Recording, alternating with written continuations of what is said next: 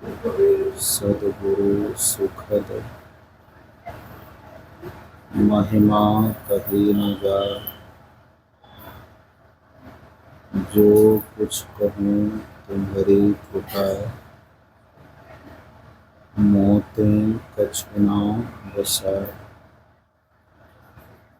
श्री सद्गुरु महाराज की जय।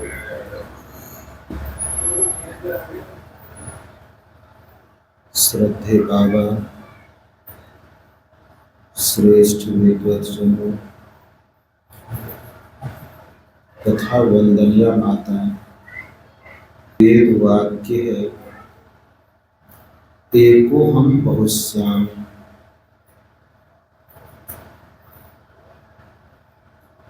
अर्थात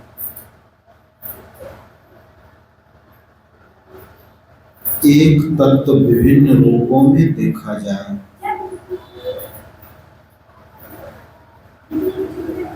इसके लिए परमात्मा की मौत से सृष्टि हो गई।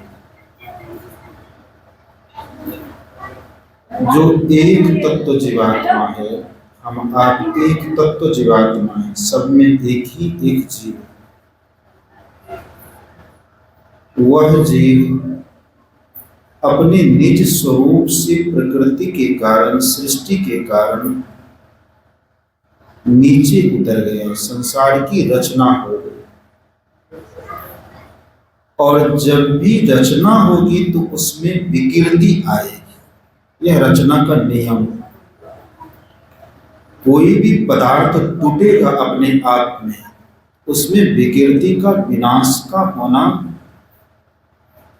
अवश्यंभावी है। प्रकृति की रचना तो हो गई, अविनाशी जीव के ऊपर माया का परत चढ़ गया, और प्रकृति के कारण प्रकृति में विकृति आना स्वाभाविक है। परमात्मा ने अपनी सृष्टि में प्रकृति की विकृति को हटाने के लिए, अर्थात संसार की विकृति को हटाने के लिए, जीव को, यह जीव जो संसार शरीर के चक्र में फंस गया, इसे इस कारागार से उबारने के लिए अनादिकाल से, जब से सृष्टि हुई है तब से प्रभु परमात्मा दो रूप में इस धरा पर अवतरित होते रहे।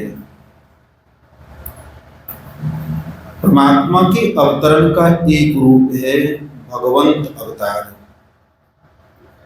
और परमात्मा के दूसरे रूप के अवतरण का प्रारूप जो है वह है संत अवतार। श्री रामचरितमानस में तुलसीदास जी महाराज ने लिखा, जब जब हो ही धर्म के हानि। धर्म की हानि मतलब अभी धर्म की हानि हो रही है। जीव का धर्म है आत्मस्वरूप को प्राप्त करना, और जीव शरीर भाव में होकर धर्म से नीचे इंद्रिय धर्म में आ गया है।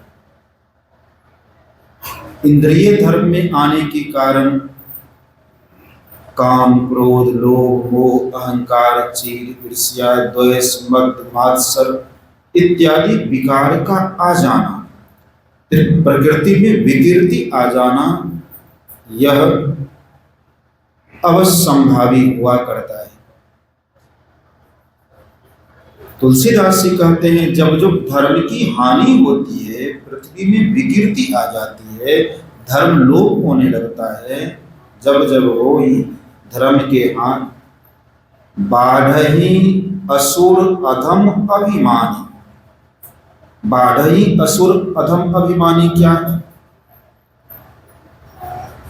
जब रामावतार होता है, धर्म की स्थापना होती है, कृष्णा अवतार होता है, धर्म की स्थापना होती है, अर्थात लोग धार्मिक होते हैं, धीरे धीरे उसमें उस सत्यता में विकृति आ जाती है। बढ़ना मतलब विकृति का बढ़ना, कलयुग में विकार बढ़ते चले जा रहे हैं। यही है बाढ़ही असुर अधम अभिमानी। अधम नीचता बढ़ने लगता है, विकृति अत्यधिक होने लगता है। तब तब प्रभु धरहि विविध शरीरा, तब तक एक ही परमात्मा विविध शरीरों को धर कर हरहि प्रभु सज्जन पीरा, सज्जनों की पीड़ा को। सज्जन का पीड़ा क्या है? अंधकार मंडल का रहने वाला दैत्य, विशुद्ध आध्यात्मिक व्याख्या। अंधकार मंडल का रहने वाला दैत्य जब प्रकाश मंडल के रहने वाले देवता पर हावी हो जाए, हम ही दैत्य नीचे का मन ऊपर की सूरत पर अपना प्रभाव जमा ले, यह है अधर्म का बढ़ना। तो सज्जन की पीड़ा को हरने के लिए, हम जीवात्मा को दुख रूपी कारागार से मुक्त करने के लिए, अधर्म के नाश के लिए परमात्मा का 2 अवतार सृष्टि के आदि काल से, जब से सृष्टि हुई, अनंत सतयुग, अनंत द्वापर, अनंत त्रेता, अनंत कलयुग बीत गया और अनंत द्वापरों में हम जीवात्मा आते जाते रहे, जिसकी स्मृति हम आपको नहीं। लेकिन अभी तक हम जीवात्मा मुक्त नहीं हो पाए हैं, अपने स्वरूप को प्राप्त नहीं कर पाए। श्रीमद् भगवद गीता में भगवान श्री कृष्ण इसी बात को दोहराते, जो तुलसीदास जी ने रामचरितमानस में कहा। भगवान श्री कृष्ण ने कहा, अर्जुन, यदा यदा हि धर्मस्य ग्लानिर्भवति भारत, अभ्युत्थानाय धर्मस्य तदात्मानं सृजामि, परित्राणाय साधूनां विनाशाय च दुष्कृतां, धर्म संस्थापनार्थाय संभवामि युगे युगे। हे अर्जुन, जब जब धर्म की हानि होती है, अधर्म बढ़ जाते हैं, तब तब मैं विभिन्न रूपों में इस पृथ्वी पर अधर्म के नाश के लिए और धर्म की स्थापना के लिए अवतरित होता रहता हूं। तो क्या भगवान के कृष्ण के कई अवतार सुने हैं? भगवान कृष्ण का कई अवतार किसी भी धर्म ग्रंथ में लिखा हुआ नहीं। भगवान कह रहे हैं विभिन्न रूपों में अवतरित हो रहे हैं। इसका तात्पर्य यह है कि एक ही परमात्मा राम रूप में, कृष्ण रूप में, दुर्गा रूप में, काली रूप में, भगवती रूप में, शिव रूप में एक ही परमात्मा अवतरित होते हैं। और वही परमात्मा भगवान बुद्ध के रूप में, कबीर के रूप में, दादू, पलटू, सूर, तुलसी, महावीर, मीराबाई और महर्षि में ही परमहंस महाराज जैसे संत के रूप में वही परमात्मा का अवतरण इस धराधाम पर जीव चितावन हंस उबारने के लिए हुआ करता है। सतगुरु महाराज जी कहते हैं, जीव हित, जीव मतलब हम जीव जो शरीर रूपी कारागार में, जीव हित आप ही आवे। आप मतलब परमात्मा, जीव के हित के लिए परमात्मा इस धरती पर अवतरित होते हैं। संतों की कड़ी में भगवान बुद्ध का अवतरण हुआ, भगवंतों की कड़ी में भगवान राम, भगवान कृष्ण, भगवान शिव का अवतरण हुआ। अब संत के साथ जो उनके अनन्य भक्त सेवक इस धरती पर आते हैं, उसके पीछे कारण क्या है? आज वही अवसर है कि संत महर्षि में ही परमहंस महाराज के एक शिष्य का आज जन्मदिन है। प्रातःकालीन सत्संग में मैंने सुनाया था, कई तरह से हरिनंदन परमहंस महाराज के तरह सेवक भक्त का जयंती क्यों मनाया जाता है, इसको फिर आज थोड़ी शब्द में विचार करेंगे। लेकिन पहले जो मूल बात है सृष्टि में संतों के अवतरण का, उस पर विचार किया जाए। जब संत प्रकृति में आते हैं या भगवंत प्रकृति में आते हैं, उन्हीं का बनाया हुआ यह प्राकृतिक नियम है। प्रकृति का अलग नियम और प्रकृति से ऊपर का तो कोई नियम, वहां नियम ही नहीं है। ना का वहां कोई बुद्धि है, ना देश है, ना काल है, ना नक्षत्र है, ना द्वैत है, तो नियम की आवश्यकता नहीं पड़ती। प्रकृति में आकर परमात्मा भी प्राकृतिक नियमों से स्वयं को बांध लेते हैं, अर्थात प्राकृतिक नियम से चलते हैं। भगवान श्री कृष्ण कहते हैं, भगवान शिव कहते हैं, भगवान राम कहते हैं, गुरु महाराज कहते हैं, बुद्ध कहते हैं। और बाबा हमारे सुना रहे थे भगवान कृष्ण की एक बात, यादव शब्द का प्रयोग श्री कृष्ण ने जातियों के लिए नहीं किया है। यदि श्रीमद् भगवत जैसे धर्म ग्रंथ गीता में जाति का कोई चर्चा हो जाए, उस ग्रंथ का मूल घट जाएगा। तो भगवान क्या कह रहे हैं? भगवान यह कह रहे हैं यादव शब्द का प्रयोग या किसी शब्द का प्रयोग, और शब्दों का प्रयोग देखिए भगवान का। भगवान कहते हैं सभी तेजवान विभूतियों में मुझको ही जानो, मैं ही वृक्षों में मैं पीपल हूं, मुनियों में मैं कपिल हूं, नदियों में मैं श्री गंगा जी हूं। मतलब जितने तेजवान विभूति हैं उसमें मेरे अलावा और कुछ नहीं। जब वही श्री कृष्ण दुर्गा रूप में, नारी रूप में अवतरित होते हैं, तो दुर्गा जी कहने लगती हैं कि मेरे अलावा पृथ्वी पर और कोई तत्व नहीं है। मतलब मेरे कहने का तात्पर्य वहां दुर्गा जी के शरीर से नहीं, कृष्ण के शरीर से नहीं, राम के शरीर से नहीं, मेरी के शरीर से नहीं, जो तत्व दुर्गा रूप में, जो तत्व राम रूप में, जो तत्व कृष्ण रूप में, जो तत्व बुद्ध रूप में काम कर रहा है, उस तत्व से मतलब है तत्व रूप में मैं परमात्मा ही सभी प्रकृति में भरकर उससे परे हूं, मेरे अलावा प्रकृति की सत्ता नहीं है। यह श्री कृष्ण बोध कराना चाहते। प्रत्येक संतवाणी में देखिए, प्रत्येक संतवाणी को मेहीदास जी अपने प्रत्येक पद में लगाते हैं मेही को आन ना सो जाए। बुद्ध अपने प्रत्येक संतवाणी में लगाते हैं बुद्ध। कबीर को कबीर दिखाई पड़ता है, नानक को नानक दिखाई पड़ता है।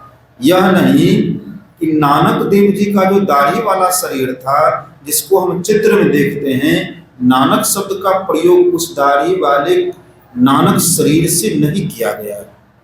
मेही शब्द का प्रयोग मेहीदास की जो यह चित्र तस्वीर है, मेहीदास जी ने इस चित्र तस्वीर रूपी मेहीदास के लिए उस शब्द का प्रयोग नहीं किया है। प्रयोग क्या किया है? जब हम आप भी गुरु महाराज को छोड़ें, भगवान बुद्ध को छोड़ दें, भगवान कृष्ण को छोड़ दें, जब हम आप भी द्वैत मंडल को पार कर जाएंगे, भगवान कृष्ण की अवस्था नहीं, भगवान बुद्ध की अवस्था नहीं, भगवान राम की अवस्था नहीं, गुरु महाराज की अवस्था नहीं, उससे बहुत नीचे केवल प्रकाश मंडल, केवल सूक्ष्म शरीर में हम आप भी प्रवेश कर जाएंगे। अब वहां संकर हट जाएगा। हाँ, राजेंद्र मेहता शब्द हट जाएगा। क्या सूझेगा? हम अपने आप को कुत्ता में, बिल्ली में, सभी जीवों में अपने अलावा किसी और को नहीं देखेंगे।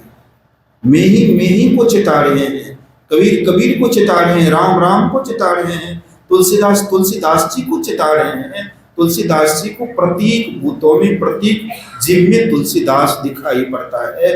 तुलसीदास उपदेश करते हुए संसार भर के सभी तुलसियों को कहते हैं, हे तुलसी, ऐसा कर्म नहीं करोगे तो ऐसा होगा। इस अवस्था में तुलसीदास जी ने प्रत्येक शब्द में तुलसी लगाया, ना कि आजकल के पद लेखन वाले अपना जो नाम लगाते हैं उनका शरीर का नाम है। और संत प्रत्येक मेही को चिता रहे हैं। तो संत जब अवतरित होते हैं इस धराधाम पर, भगवंत जब अवतरित होते हैं, तो क्या होता है? अनंत ब्रह्मांड के नायक, रोम रोम कोटि ब्रह्मांड, अनंत ब्रह्मांड के नायक आ गए एक स्थूल शरीर में। एक स्थूल शरीर में रहते हुए भी राम चाहें तो बैठे बैठे राम अयोध्या से ही रावण का संहार कर दें, कोई आपत्ति नहीं। रावण के संहार के लिए जितना राम भगवान को बेलना बेले हैं, वे जितना कष्ट उठाए हैं, सीता जी का हरण होना किसके कारण? केवल राम के संहार के कारण। सीता हरण नहीं हो तो राम का संहार नहीं हो। एक यह नियम है, प्राकृतिक नियम है। अधर्म रावण नहीं करेगा तो रावण का वध कैसे होगा? और राम संकल्प मात्र से रावण का हरण कर दें, यह राम ऐसे राम है। तो करते क्या है? प्राकृतिक नियम के पालन के लिए राम, जब राम मतलब ब्रह्म राम जब राम नाम के स्थूल शरीर में आते हैं, तब उस समय में उनके सभी अनन्य भक्त का अवतरण राम के साथ स्थूल प्रकृति में इसलिए होता है कि स्थूल रूप में राम को स्थूल संसार से सहायता की आवश्यकता है। उस समय में उनके सभी भक्त, मनुशतरूपा भक्त दशरथ कौशल्या बन जाते हैं, हनुमान भक्त हनुमान बन जाते हैं, सभी भक्त अवतरण ले लेते हैं। क्यों? अब स्थूल शरीर में श्री राम को लीला कर दी।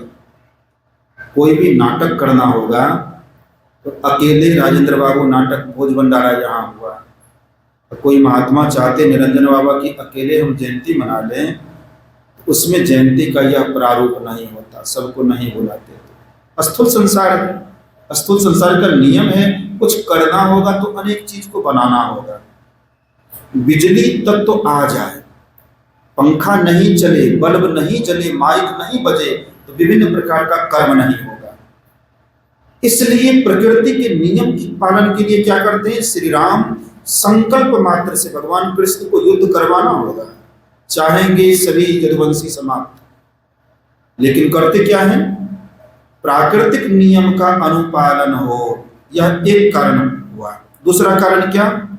जब प्रभु धरा पर आते हैं तो देवी देवताओं को उनकी संसर्ग में आने के लिए वे ललायित रहते हैं, विभिन्न रूप में देवी देवता प्रकट हो जाते हैं, इस पृथ्वी पर आ जाते हैं। हम लोग तो संत सेवी जी महाराज को, साई स्वामी जी को, भुजंगी दास जी को मनुष्य न समझते हैं। आने वाली पीढ़ी में संत सेवी जी महाराज हनुमान जी की तरह पूजे जाने लगेंगे। कब? 1000 वर्ष बाद, 5000 वर्ष बाद। जिस तरह हनुमान जी की मूर्ति बनाई जा रही है, उसी तरह से संत सेवी जी महाराज की, श्रीधर स्वामी जी का, साई स्वामी जी का मूर्ति बनने लगेगा 5000, 10,000, 20,000 वर्ष बाद। यह प्रकृति का नियम। नाम अधिक होगा। आज से 5000 वर्ष पूर्व जिस तरह से भगवान कृष्ण की मूर्तियां हर जगह बनी, उस तरह से 5000 वर्ष पूर्व नहीं था। ज्यों ज्यों प्रकृति बाद में जाएगी, त्यों त्यों ऐसा ही पूर्व में भी था। इसी तरह से गुरु महाराज का भी और गुरु महाराज के शिष्यों का भी नाम बढ़ता जाएगा। तो कारण क्या हुआ? परमात्मा प्रकृति में विकृति हटाने के लिए, धर्म संस्थापना के लिए अपने साथ अनेक भक्तों को लेकर आते हैं। उस भक्तों के साथ स्थूल रूप में जो कार्य करना होता है, उस कार्य को संपन्न किया करते हैं। यही भगवान श्री कृष्ण ने किया। अब संत पर आए, भगवान बुद्ध आए, स्थूल शरीर में हैं, यदि करामत करने लगे, भगवान बुद्ध चाहें तो पृथ्वी भर में करोड़ों बुद्ध बनाकर एक समय में एक साथ प्रवचन करें। भगवान बुद्ध अकेला उसी रूप में करोड़ों जगह पर प्रकट होकर एक साथ एक समय में, अभी 3 बज रहा है तो 3 बजे में बुद्ध लंदन में हो, अमेरिका में हो, थाईलैंड में हो, न्यूजीलैंड में हो, भारत के सभी राज्यों में, जिला में हो, इसमें कोई उनको कुछ करना नहीं होगा। जब चित्त से जीव ऊपर उठ जाता है तो अपने शरीर, स्थूल शरीर को, अनंत स्थूल शरीर को वे प्रकट कर सकते हैं। इसके सूक्ष्म विज्ञान में जाएंगे। अब देखिए क्या, पृथ्वी के जितने जीव हैं वह सभी परमात्मा के अंश हैं। अर्थात परमात्मा ही है, लेकिन शरीर भाव में उसमें विकार भरा पड़ा है। अब बुद्ध परमात्मा बुद्ध रूप में अवतरित हुए हैं, तब क्या कर रहे हैं? बुद्ध चाहे तो अपने बुद्ध को ही प्रकट कर दें। ऐसा कुछ कुछ संतों ने किया है, लेकिन होता क्या है? प्रकृति के नियम का विखंडन नहीं हो जाए, इससे हानि हो जाएगी। लोग चमत्कार के पीछे दौड़ने लगेंगे, और संत मत चमत्कार का मत नहीं है। इसलिए बुद्ध अपने साथ सारिपुत्र, आनंद, तिस्य, मौदगल्याण जैसे हजारों शिष्य को लेकर आते हैं। हजार शिष्य के माध्यम से वे संसार के विकृतियों को दूर करते हैं, धर्म की स्थापना करते हैं, जीव का उद्धार करते हैं, जीव को चेताने का काम करते हैं। वही बुद्ध जब कबीर रूप में आए तो उनके अनेक शिष्य आए, वही बुद्ध जब तुलसीदास रूप में आए उनके अनेक शिष्य आए, और वही बुद्ध जब महर्षि में ही परमहंस महाराज के रूप में आए तो उनके साथ भी श्रीधर स्वामी जी महाराज, संतसेवी परमहंस महाराज, साई स्वामी जी महाराज, दल बहादुर दास जी महाराज, भुजंगी दास जी महाराज, मोती दास जी महाराज, गंगा गुरु जी, संत शिशु सूरज, संत रामानंद स्वामी जी महाराज, अनेक उच्च कोटि के उनके भक्त उनके साथ इस धरती पर संसार के कल्याण के लिए आए। साथ साथ क्या किए? संत को मैंने अपनी कई पुस्तकों में लिखा, यह मेरा निजी राय है, कोई माने ना माने। जिस तरह भगवान राम रावण को मारने के बाद भगवान नहीं हुए, जिस समय वे अवतरित हुए उसी समय से वे भगवान हैं, ना कि रावण का संहार किए तब वे भगवान। कृष्ण ने जब महाभारत युद्ध समाप्त किया तब भगवान हुए, ऐसी बात नहीं है, वे भगवान रूप में अवतरित हुए। उसी तरह से अनुग्रह लाल रूप में मेही दास जी परमात्मा के रूप अवतरित हुए, कोई माने या ना माने। मैंने विश्व धर्म दर्शन में लिखा है कि महर्षि मेही पदावली का प्रत्येक पद वेद की ऋचाएं हैं, औपुरुषे ग्रंथ है महर्षि मेही पदावली, ना कि किसी मनुष्य मेहीदास की रचना है। औपुरुषे ग्रंथ मतलब औपुरुषे कहते जिसको पुरुष ने नहीं बनाया, हमने नहीं बनाया, दिन रात को हमने नहीं बनाया, प्रकृति के सारे नियम को हमने नहीं बनाया। उसी तरह से पदावली का एक एक वाक्य को मानव भी नहीं बनाया, अकाट्य नियम है। पुरुष मतलब यहाँ शरीर है, शरीर से ऊपर उठ कर करके मेहीदास जी ने जो अनुभूति की उस बात को लिखा। तो मेहीदास जी महाराज परमात्म रूप में माता जनकवती के कोख से परमात्म रूप में अवतरित हुए। चूंकि संत और भगवंत लीला करते हैं, प्रकृति के नियम का पालन करते हैं, बुद्ध अवतार है। बुद्ध अवतार को कोई कह दे कि बुद्ध साधना कर करके बुद्धत्व को प्राप्त की है, वे बुद्ध की अंतर की विभूति को नहीं जान पाते। उसी तरह से गुरु महाराज की लीला है कि वे गुरु की खोज में अन्यत्र जहां तहां भटकते, गुरु की खोज की, वे अंतर साधन किए, यह हम आपको दिखाने के लिए, करने के लिए। भगवान श्री कृष्ण ने कहा कि अर्जुन, मैं कर्म ना करूं तो संसार कर्म नहीं करे, इसलिए मैं कर्म में प्रवृत्त होता हूं। गुरु महाराज खाते थे, शरीर में थे तो भोजन करते थे। गुरु महाराज पैखाना करते हैं तो गुरु महाराज किस चीज का? तो शरीर भाव में थे तो पैखाना करते थे। मतलब एक ब्रह्म जब शरीर में आते हैं तो सांसारिक नियम का पालन करते हैं। इसी कड़ी में गुरु महाराज के साथ उनके एक शिष्य का नाम हरिनंदन जी महाराज। अब इनके जीवन को देखिए, सुबह सुनाए, इसको ऐसे समझिए, जो व्यक्ति केवल अपने पेट को पाला है, किसी को नहीं देखा, उसके संबंध में एक व्यक्ति भी उनका गुणगान करने वाले नहीं। जिससे पत्नी उपकृत हुई, पुत्र उपकृत हुआ, समाज उपकृत हुआ, भाई उपकृत हुआ, उसके लिए जो जो उपकृत हुए, पत्नी, भाई, पति जो उपकृत हुए, उनके बिछुड़ने पर या उनके रहने पर भी उनका गुणगान करते। पति से पत्नी उपकृत है तो पति का गुणगान करना उनका स्वभाव।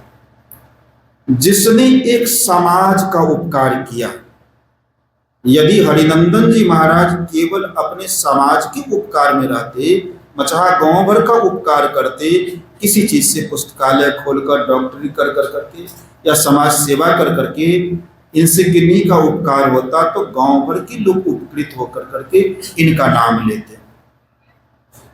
और जो एक देश का उपकार करते हैं जैसे महात्मा गांधी और उनके और सहयोगी चंद्रशेखर आजाद, वीर भगत सिंह, इसने देश के खातिर, देश के लिए अपने प्राण की आहुति दे दी। आज देश इनका गुणगान करता है। क्यों? इन्होंने देश के लिए अपना जान दिया, देश की सेवा की, इसलिए गांधी जयंती मनाई जाती है। उसी तरह से हरिनंदन बाबा ने, जो हरिनंदन जादव थे, यदि एक इंद्रिय लोलुपता में आंख को, नाक को, कान को, जिह्वा को, त्वचा को की सेवा में अपने शरीर को विषय भोग में लगा देते, तो आज हरिनंदन जादव को जानने वाला कोई नहीं होता। उसने क्या की? उनके त्याग, तपस्या, गुरु भक्ति का यह परिणाम है कि दिल्ली जैसे शहर में आज उनकी जयंती मनाई जा रही है, जबकि जयंती की कोई बात नहीं थी। और कितना लोग जयंती मनाएंगे, यह भी बात है। गुरु महाराज की जयंती लोगों पर भार पड़ता है। अब जिनसे जिनसे जो उपकृत होंगे कहेंगे उनका जयंती मनाएंगे। गुरु महाराज की जयंती, संत शिव जी महाराज की जयंती, इसमें कोई साई स्वामी जी से उपकृत होंगे तो कहेंगे उनकी भी जयंती होती तो बड़ा अच्छा होता। कोई रामलगन बाबा से उपकृत रहेंगे तो कहते उनका भी जयंती तो बड़ा अच्छा होता। तो अब जयंती इतना तो संभव नहीं, लेकिन विवश होकर करके उनके करने का परिणाम है कि आज नहीं चाहते हुए भी उनकी जयंती यहाँ मनाई गई। तो क्या किया?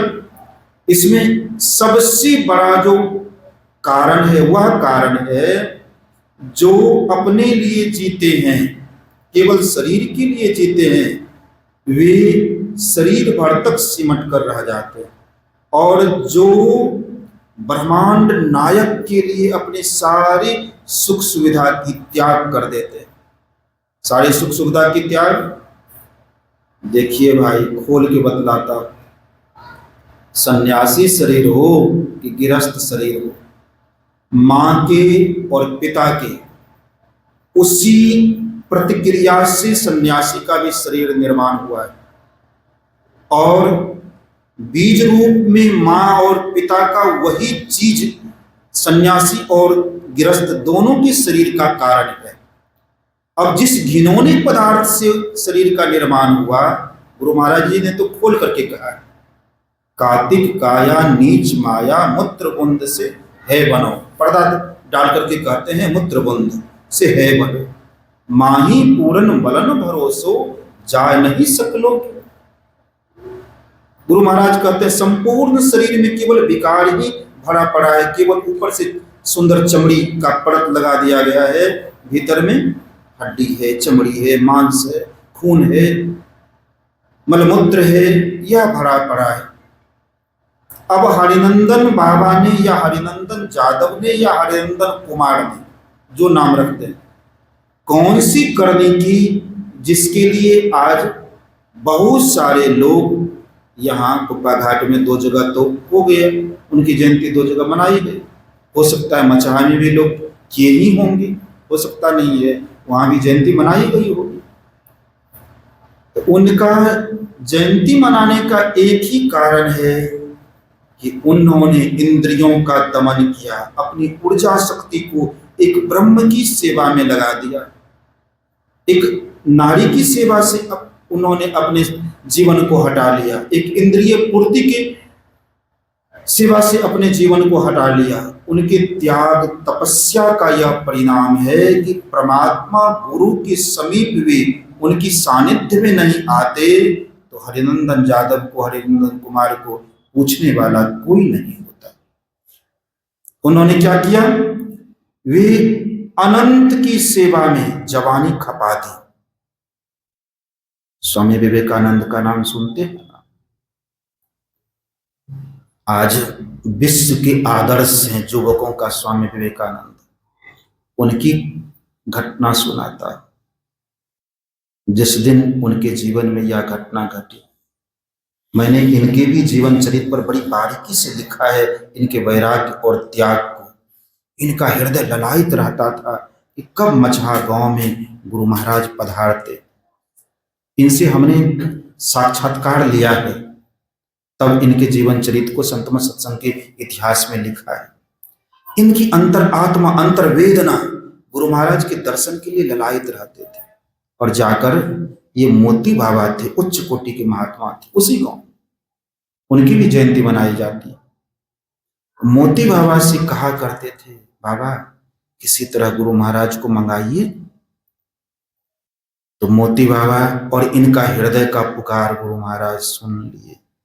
गांव के लोगों को कहा सत्संग हुआ। ये क्या किए, एकांत की प्रतीक्षा करने लगे कि गुरु महाराज कब एकांत में रहेंगे। सेवा के लिए अपने शरीर से, उस समय युवक थे, अपने शरीर से सारी सेवा, गुरु महाराज की सारी सेवा अपने ऊपर लिए।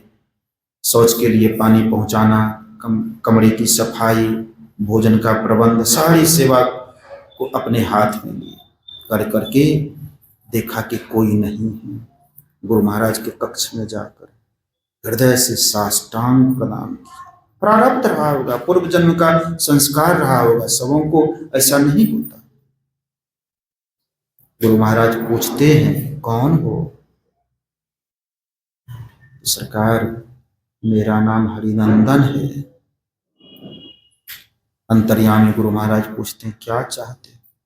तो सरकार, अपनी सेवा में रख लिया जाता।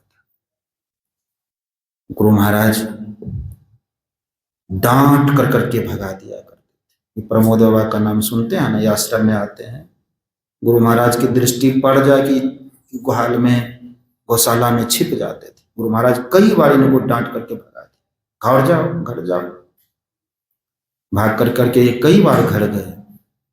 बाद में आकर छिप छिप कर करके रहने लगे, गौशाला का सेवा करने लगे। और कभी कभी गुरु महाराज के चौका में भी इनको संसेवी जी महाराज की सेवा का अवसर मिला करता था, चौका में भी सेवा कर दिया करते। लेकिन हरिनंदन बाबा जब, हरिनंदन कुमार जब बोले, सरकार सेवा में रख लिया जाता तो मेरा जीवन धन्य हो जाता। का देखो जी, सेवा में तो रख लेंगे, माता पिता से पूछा है, जाओ माता पिता से पूछो। ये जाकर, माता जी भी इनकी भक्तिन रही होगी, देहाती भाषा में माए, यदि गुरु महाराज के सेवा में रह जतिए न, हमरो जीवन धन्य भै जतिए, परिवार के भी जीवन धन्य। तो गुरु महाराज हृदय पर पत्थर रख कर करके उनकी मां बोल दी कि जा तोहर मौन यहन है, गुरु महाराज रखता तो रह जा, एक शब्द में। और साधारण सबकी मां ऐसे नहीं कर सकती, लेकिन पिताजी बहुत विरोध किए। गुरु महाराज बुलवाए उनके पिताजी को, देखियो यहाँ के बेटा चाहे छे नाम करे ला, ऊपर उठे ले, किया बाधा करे छे। पिताजी भी चुप हो गए। गुरु महाराज बोले कि देखो, अभी घर पर ही रहो, पुस्तकालय का हिसाब कर करके और जो कुछ होगा सब ठीक कर करके फलाने जगह वहां आ जाना। वहां गए, वहां से गुरु महाराज भेज दिए कुप्पा घाट। सरलता, दूसरों की बातों को सह लेना, विनम्रता की तो ये पराकाष्ठा शुरू से। सीधा लड़का, सीधापन। यदि इनमें सीधापन एक गुण नहीं होता, नम्रता नहीं होती, आज इतने महान नहीं होते, उस पद पर नहीं रहते जिस पद पर आज सुशोभित हैं। इनकी विनम्रता, इनके पूर्व जन्म का संस्कार यहां तक ला दिया है। सुबह भी मैंने कहा था कि साधना हम नहीं कह सकते कि साधना इनकी कितनी ऊंची, लेकिन बाह्य चीज सबों के साथ, छोटा साधु हो, बड़ा साधु हो, सत्संगी हो, सबों के साथ विनम्रता का भाव है। और 1957 को देखिए, 57 का है, बोलो बोलो। वॉल्यूम एक ही जगह एक ही तरह रहने दीजिए। 1957 3 साल जोड़ दें तो 60 हो जाएगा। तो 60 और गुरु महाराज 86 में, तो 60 और 86 में 26 बरस इधर, 26 और 3 29 बरस तक गुरु महाराज की कौन सी सेवा? ये संत सेवी जी महाराज की तरह सेवक नहीं थे। छोटा सेवक जो होता है उनको बड़े सेवक का भी लात जूता खाना पड़ता है। रामलगन बाबा उच्च कोटि के संत थे, उनकी भी बात सुनाऊंगा आज। यही प्रसंग है जयंती का, और तब यदि बैठे रह गए तो पाठ भी होगा। रामलगन बाबा हमेशा का रहे तो रामायण का, उनका आदत था जानबूझ करके नहीं, इसको सह लेना। दूसरा जादव रहते तो सहते और बनिया थे, यदि शरीर भाव में रहते तो सहते। तो कौन सब लात जूता सह कर करके गुरु महाराज के रुख को परखते रहते थे कि क्या कहें गुरु महाराज का रुख होगा।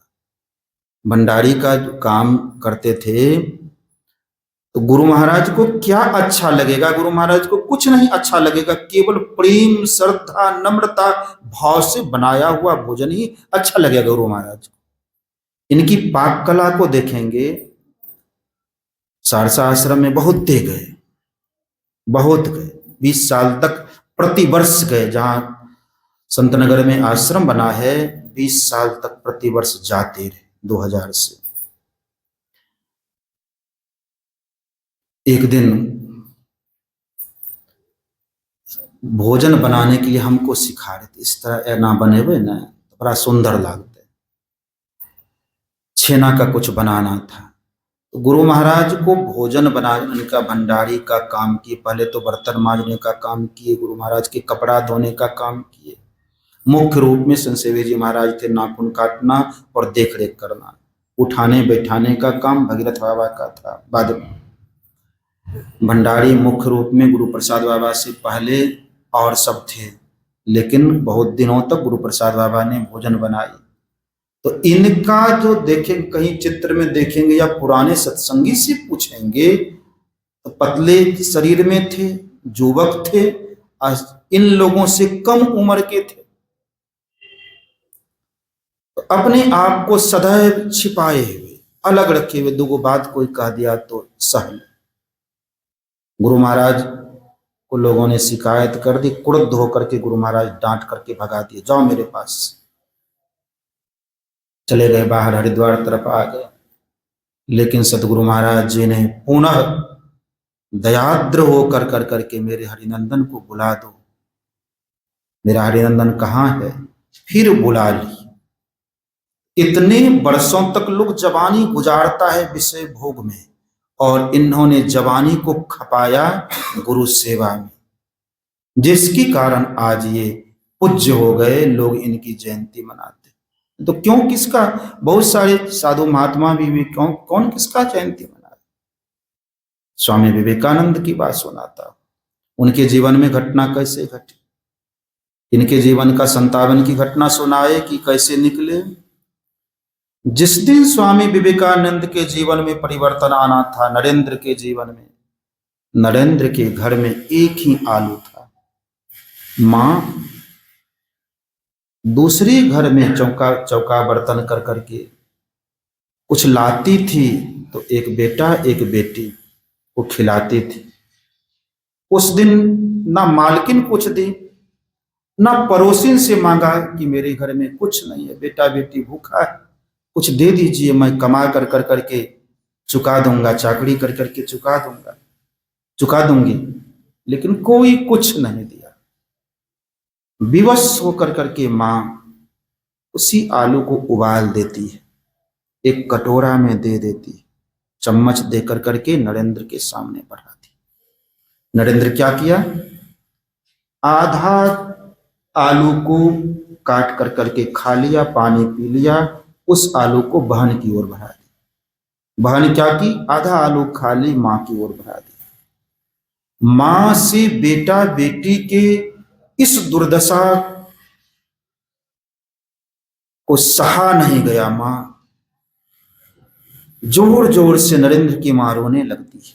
नरेंद्र के जीवन को भी लिखा है विश्व धर्म दर्शन में, इसमें भी संतमत सत्संग के इतिहास में भी नरेंद्र के जीवन को लिखा है।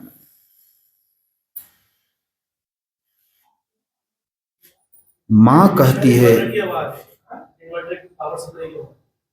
ठीक है रहने दीजिए ना, लोगों को सुनना होगा तो किसी तरह सुन लेंगे। मां जब होश में आती है कहती है बेटा जाओ। स्वामी रामकृष्ण परमहंस हैं, उच्च कोटि के संत हैं दक्षिणेश्वर में, उनकी चरण में अपने आप को चढ़ा कर कर करके दरिद्री दूर करवाओ, उनसे नौकरी मांगो। दशा क्या था नरेंद्र का? नरेंद्र उस समय में बीए पास कर कर करके, उस समय का बीए पास आज का पीएचडी एफआरसीएस सब 1800 कुछ ईस्वी की बात है। कोई बिरले बिरले बीए पास करते थे। नरेंद्र के भाग्य को देखिए, जब परमात्मा को कुछ बनाना होता है तो परमात्मा पहले ठोकते हैं, बजाते हैं, दुख देते हैं। यदि सत्संग चलता रहा तो 2-4-10 भक्त का गिनती सुनाएंगे हरिनंदन बाबा की तरह, उनकी कौन गति पहले हुई और तब उनको क्या मिला। नरेंद्र खाक छान दिया था कलकत्ता का नौकरी के लिए, कहीं नौकरी नहीं। नरेंद्र को तो परमात्मा को बड़ा बनाना था और छोटी नौकरी देकर क्या करते। हमें एक नियुक्ति पत्र आया भागलपुर यूनिवर्सिटी से, लेकिन डाकिया की गलती हो कि जैसे हो, इंटरव्यू के डेट के बाद वह नियुक्ति पत्र आया। हमको याद है उस नियुक्ति पत्र को लेकर हम कई घंटा जब तक बुलाता तब तक गुरु महाराज से आर्त प्रार्थना करते रहे, गुरु महाराज नियुक्ति हो जाए, गुरु महाराज नियुक्ति हो जाए, एक ही जप करते रहे। लेकिन गुरु महाराज को दूसरा चीज मान्य था, स्वीकार था। यदि गुरु महाराज उस नौकरी में लगा देते, आज यह सच्ची नौकरी नहीं करते। जो नौकरी में गुरु महाराज ने लगाया है यह नौकरी नहीं मिलता। उस दिन तो दुख हुआ कि गुरु महाराज की कृपा नहीं हुई, इतना जप किए, इतना एक पैर पर खड़ा, नौकरी नहीं हुआ। लेकिन आज बहुत खुशी है कि गुरु महाराज उस दलदल में नहीं पड़ाए, उस दलदल से गुरु महाराज निकाल लिए, इसकी प्रसन्नता है। गुरु शिष्य के हृदय को पढ़ते हैं। नरेंद्र चला गया रामकृष्ण परमहंस जी के पास, साष्टांग प्रणाम किया, कहा कहां आए हो युवक? कहा प्रभु मां ने आपके पास भेजा है, मैंने कलकत्ता को छान दिया है और घर की दरिद्रता की पराकाष्ठा यह है कि आज हम लोग सभी कोई घर में भूखे। नौकरी होने का आशीर्वाद दिया जाए। स्वामी रामकृष्ण ने कहा जाओ मां से नौकरी मांग लो। नरेंद्र गया मां काली की मूर्ति के पास। जो ही नरेंद्र जाकर हाथ जोड़ता है, नरेंद्र की बुद्धि बदल जाती है, मां मुझे भक्ति दे दो। नौकरी नहीं मांगा, बुद्धि परिवर्तित हो गया। पहले बचपन से मेरा भी आदत रहा है, गोसाई निपते थे, गोसाई घर होता है गांव में, तो हम यह कभी नहीं मांगा है कुछ। तो भवेद बुद्धिर भवेद विद्या संस्कृत में श्लोक पढ़ते थे पहले, तो मांगने के संबंध में यही कहते थे प्रभु मैं नहीं जानता हूं हे गोसाई देवता, अब नहीं जानते कि हमारी भलाई किसमें होगी, जिसमें हमारी भलाई हो वह आप करें। दुर्गा सप्तशती का पाठ करते थे, तो दुर्गा सप्तशती के पाठ में एक पाठ था पत्नी मनोरमांग देहि मनोवृत्तानुसारिणी, मतलब यह दीजिए वह दीजिए दुर्गा सप्तशती में। और जब यह वाक्य आवे तो इस वाक्य को हम छोड़ देते थे, मां मुझे विवाह नहीं करनी है, मुझे सन्यासी जीवन जीना है, इस वाक्य को छोड़ देते थे। नरेंद्र जब गया मां के पास, मां मुझे भक्ति दे दो, भक्ति मांग कर आ गए। स्वामी रामकृष्ण पूछते हैं बेटा नौकरी मांग ली? कहा नहीं गुरुदेव। मां के पास जाते ही हमारी बुद्धि बदल गई, मेरा मन पवित्र हो गया, सोचा कि इस संसार मालकिन से, जगदम्बा से, विश्व ब्रह्मांड की अधिष्ठात्री से छोटी चीज क्या मांगू। मैंने भक्ति मांग ली। कहा जाओ बेटा, उसकी भी जरूरत है, नौकरी मांग लो। अब शारीरिक प्रबंध की आवश्यकता है। फिर नरेंद्र गया नौकरी मांगने के लिए। यहां से ख्याल कर करके जाता है नौकरी मांगने। ज्यों ही मां के पास गया, अंतर्मुख हुआ, भूल गए नौकरी को। मां मुझे भक्ति दे। फिर भक्ति मांगकर नरेंद्र आ जाता है। स्वामी पूछते हैं कि बेटा मांग लिया नौकरी। कहा गुरुदेव, वहां जाते ही हमारी बुद्धि बदल जाती है। मुझे संसार नासवान दिखाई पड़ने लगता है। भूख की चिंता नहीं रह जाती है। मैं भक्ति मांग के आ जाता हूं। कहा बेटा ख्याल से जाओ, इस बार मासी, इस बार नौकरी मांग ले। फिर गया नरेंद्र, इस बार ख्याल से नौकरी मांग लूंगा। फिर जाकर कर करके ज्यों ही आंख बंद किया, सामने माता को देखा। मां मुझे भक्ति दे दो। फिर जब आया, कहा बेटा नौकरी मांगी। कहा नहीं गुरुदेव, मुझसे फिर भक्ति मांगा गया। कहा बेटा तुम संसार भर को नौकरी देने वाली भक्ति मांग ली। तुमसे प्रेरित होकर करके संसार के युवक, संसार के लोग, संसार के दुख दरिद्रता से छूट जाएंगे, ऐसा चीज तुमने मांग लिया है।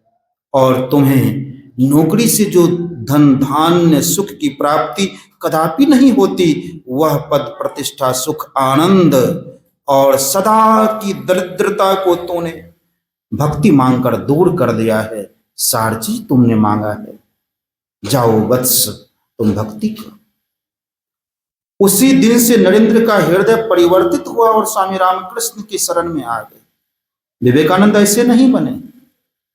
हमको याद है, हम निर्लज पतित को हमारे बाबा एक दिन आधा गिलास जूस पिए, हमको दे दिए कि पी लीजिए। हमारे मन में कुभाव आ गया, पी तो लिए, जूठा कैसे पिए। और नरेंद्र क्या करते थे? नरेंद्र का त्याग, तपस्या, गुरु के प्रति एक निष्ठता। नरेंद्र के संबंध में कई, उनके बहुत दिन तो नहीं हुआ, उनके गुरु भाई ने लिखा है कि जितना, उन्हें तो गले की कैंसर की बीमारी थी, जितना थूक खिखार मलबा निकलता था कैंसर वाला, वो बर्तन में रहता था। थूक फेंकते थे तो बर्तन रखा जाता था।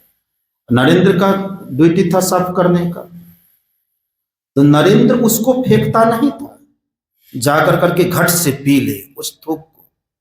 अंदर के से जो खून निकलता था, बीमारी का जो पस था, पीप था, वे नरेंद्र कभी नहीं देखे कि यह रामकृष्ण शरीर है और यह शरीर का पित्त है, रोग है, व्याधि है, मलबा है या पीप है, इस भाव में नहीं। तो इतना पवित्र भाव गुरु के प्रति आ जाए, और इतनी ही पवित्रता का भाव आज हरिनंदन कुमार को या हरिनंदन यादव को हरिनंदन परमहंस बना दे। ये कभी नहीं चाह। हमरा, हमको कई दिन के देखियो ना, हमरा लाज लागे छे, लोग परमहंस कह दे छे ना, हम नहीं चाहे छे, हम परमहंस थोड़े छी। लोग लिख दल के परमहंस, की करी? बोले अपने के की जरूरत छे? लोग न कहे छे, अपने से ऊपर रहिए, मुक्त रहिए। कह तैयो ठीक छे, नहीं कह तैयो ठीक छे।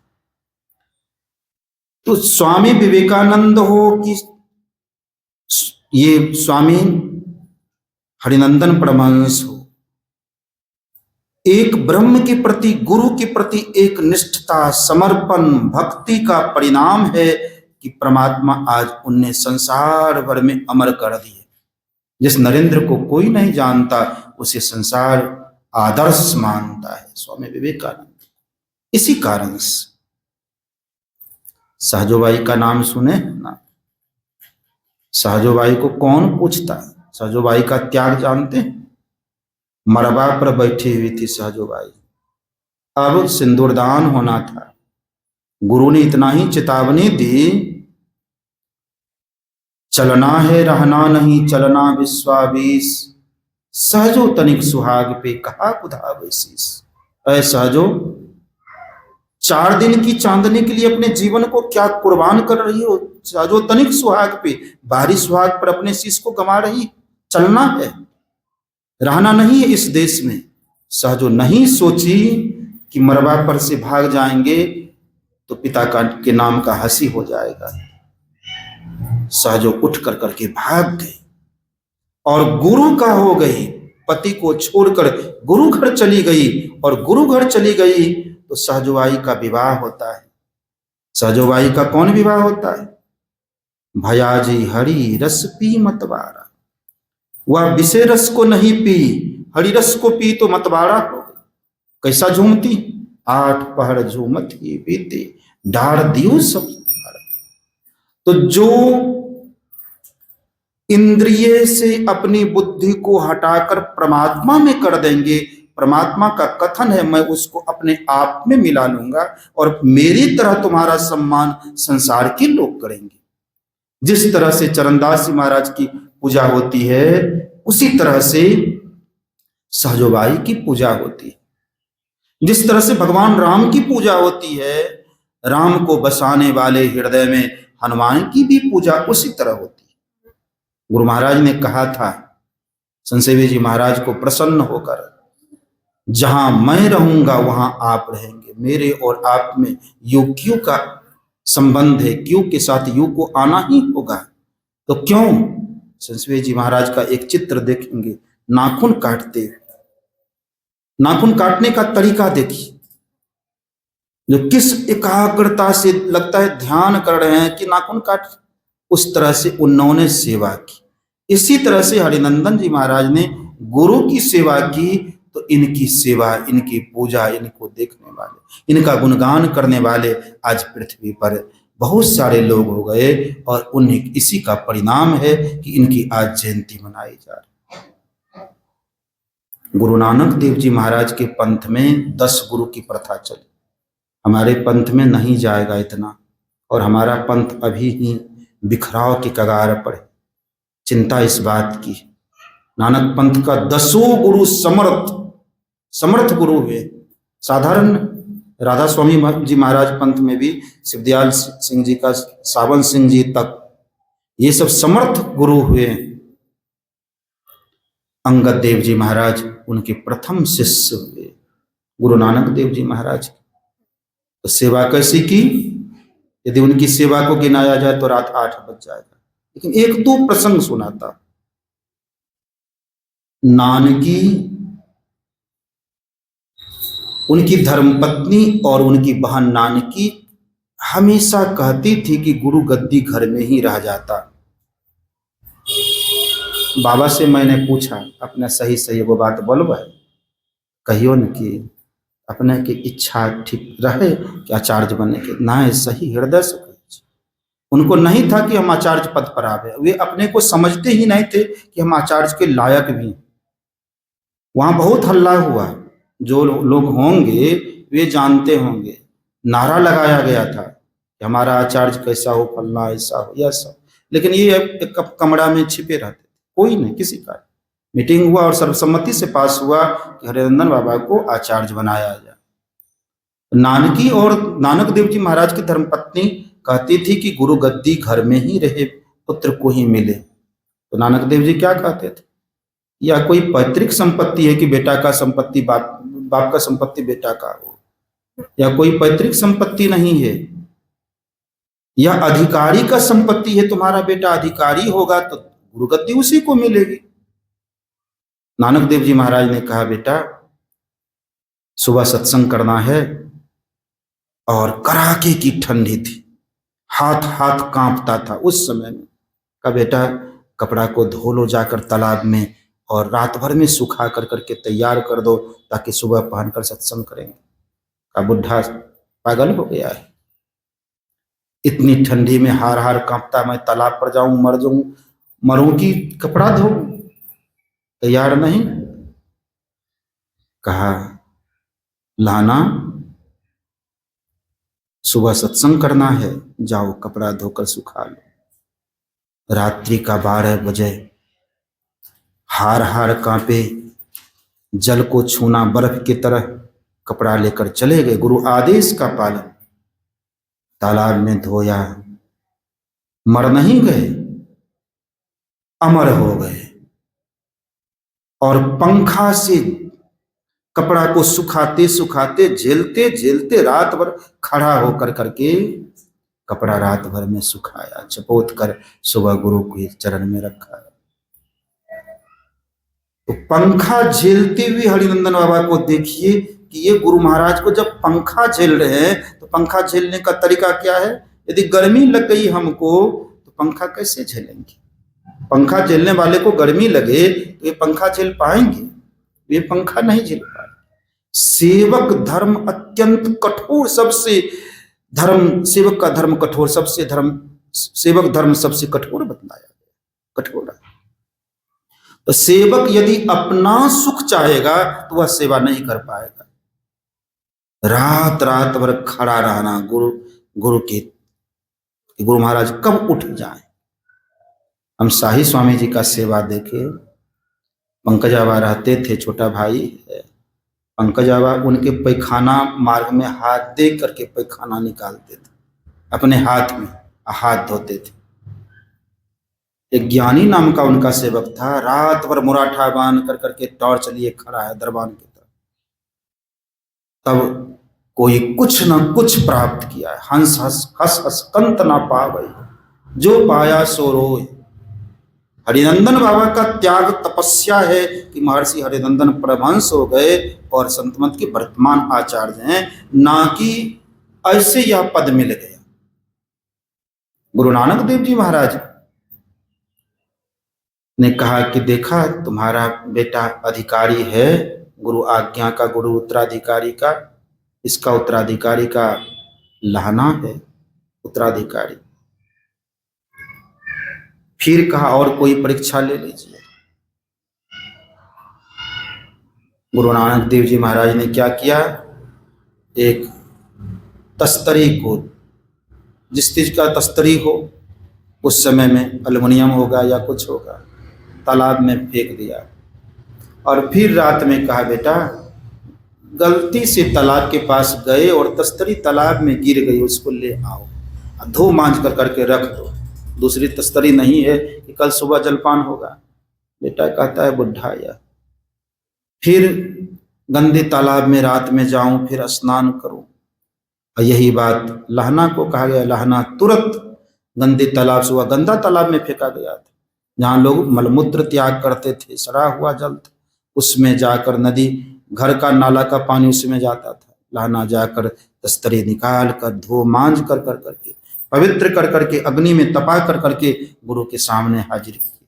तीसरी परीक्षा हुई। इसके बाद भी पत्नी और बहन नहीं माना, का एक परीक्षा और ले लो। तीसरी परीक्षा हुई, का चलो सब साथ में, सब साथ में शिष्य हो लिए, का बेटा को भी चलो सब कोई। बेटा भी दीक्षित था लेकिन वे नहीं भी बात माने। लक्ष्मी चंद बहुत उच्च कोटि के, वे भी महापुरुष हुए, सिद्ध हुए, प्रणामी संप्रदाय उन्हीं का चलाया हुआ है। दो भाई थे, एक भाई आकाश मार्ग से गुरु महाराज के कक्ष में एक चित्र देखे होंगे कि एक भाई जा रहा है, एक भाई पकड़ दिया हाथ से। तो ये सिद्धि, इतनी सिद्धि थी नानक देव जी के पुत्र को, लेकिन गुरु भक्ति के अभाव में वे उत्तराधिकारी नहीं हो पाए नानक देव जी के। नानक देव जी महाराज लेकर चले सभी शिष्यों को, एक लाश को कहा कि बेटा सब कोई मिलकर कर करके इस लाश को खाओ।